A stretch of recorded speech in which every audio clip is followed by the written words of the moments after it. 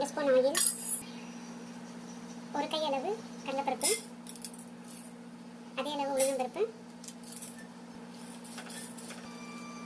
4 வரமிளகாய். பொன்னிறமாக வறுத்ததுக்கப்புறம் இதை ஒரு பிளேட்டில் மாற்றிக்கலாம்.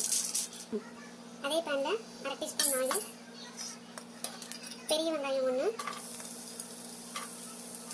4 பல் பூண்டு, ரெண்டையும் நல்லா வதக்கணும். வதங்கிட்டு இருக்கும்போதே ஒரு கிளாஸ் தண்ணி எடுத்துக்கோங்க. அதில் ஊற்றாதீங்க, சூடாக இருக்கும், நீங்கள் குடிங்க. இது இந்த அளவு வதங்கினா போதும். இதுவும் அந்த பிளேட்டில் மாற்றிடலாம். 1 ஸ்பூன் ஆயில் விட்டுக்கோங்க. நறுக்கி வச்சு முள்ளங்கி, இது நறுக்கினாலும் ஓகே, இல்லைன்னா சீவி போட்டாலும் ஓகே.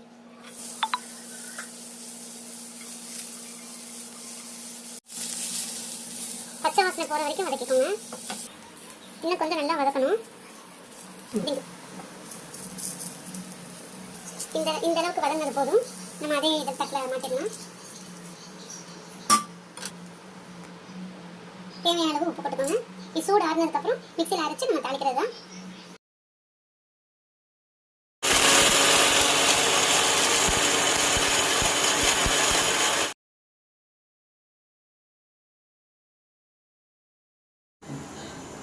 நம்ம முள்ளங்கியை அரைச்சி எடுத்துகிட்டு வந்தாச்சு.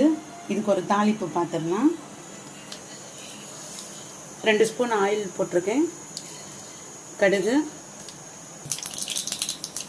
வெடிச்சதும் உளுந்தம்பருப்பு, கொஞ்சம் கருவேப்பிலை போட்டுக்கோங்க.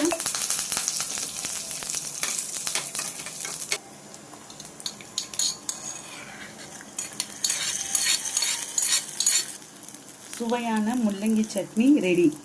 பசங்களுக்கு முள்ளங்கி சாம்பாரில் போட்டால் சாப்பிட மாட்டாங்க. நீங்கள் சட்னியாக செஞ்சு கொடுங்க. நானும் இன்றைக்கி தான் ட்ரை பண்ணியிருக்கேன். என் பையனுக்கு கொடுத்து பார்த்துட்டு உங்களுக்கு ஃபீட்பேக் சொல்கிறேன்.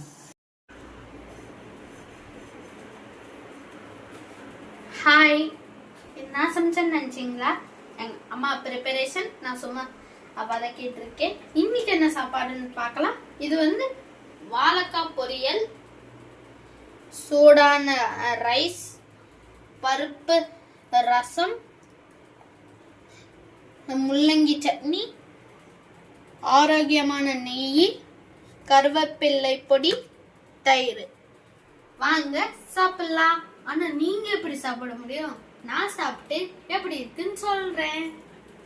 அடுத்த வீடியோல சந்திக்கிறேன். Bye bye.